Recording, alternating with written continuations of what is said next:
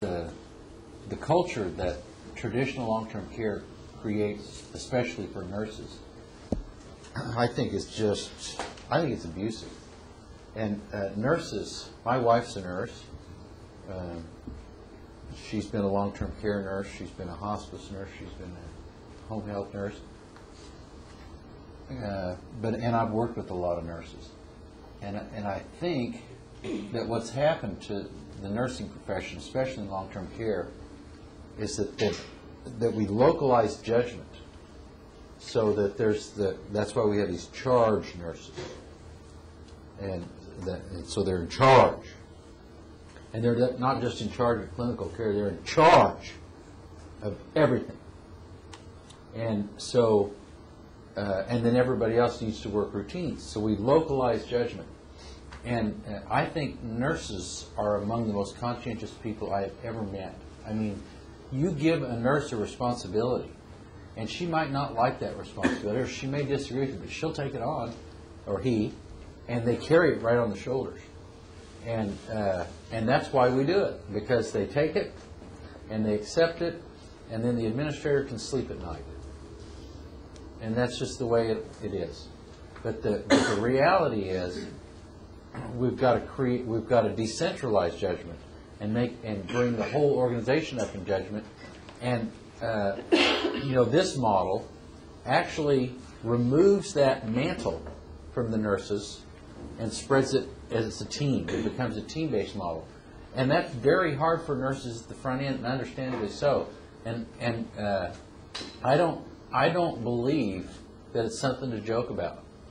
It's like, because I can throw a joke out there at a conference or something, and I'll get a good laugh. It's like, the nurses are very controlling. And they don't like this because they think they're losing some power. And our nurses, I can tell a story or two, and I'm going to get a laugh out of it, except it's not funny. Because the reality is, that weight on the shoulder is pretty darn big. And so when the nurses are initially resistant to this, it's not because, there may be a few that say, I want that power. But really that's not what they're coming from. Usually it's they don't want someone to get hurt. They're afraid that if they take this off, it's not like they don't want it off. They can picture that part. It's just who's going to carry it, and are they going to drop the ball? Is that somewhere close to what you feel as nurses? Well, so that doesn't get expressed. They don't say that usually. They just demonstrate the emotion of that, and so we'll view them as negative or resistant. But that's the root of it. So part of that you just have to live through. The other part is that the rest of us need to stand up and be counted, and take that responsibility. And people will trip and fall with it, And that's a hard time for nurses and everybody else, is because, that usually has come off their shoulder, and others are taking it on, and they trip and fall. And it's easy to go, see, I told you! And it's hard to get to the point where you go and help them up and you teach them. But it comes to it, you grow to it, and all is well.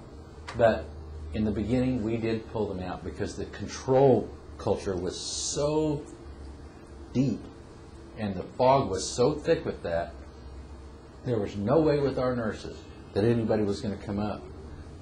So we pulled them out and did a home health model. And everybody says that was a mistake. And maybe it was. I don't think it was, because everybody came up. They tripped and fell, and the nurses clustered and pointed. But they weren't in the middle of it to squelch it. So everybody came up, and then in time, the nurses started to feel like, well, how come we can't be part of the house? And I remember one of the RNs came into my office one day, and she goes, how come we can't be part of the house? We want to be part of the house. We've met. We want to be part of the house.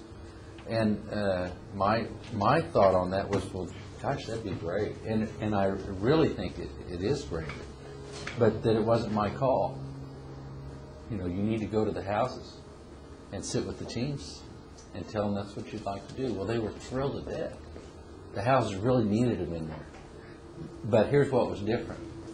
If they'd have stayed in there, it would have been command central.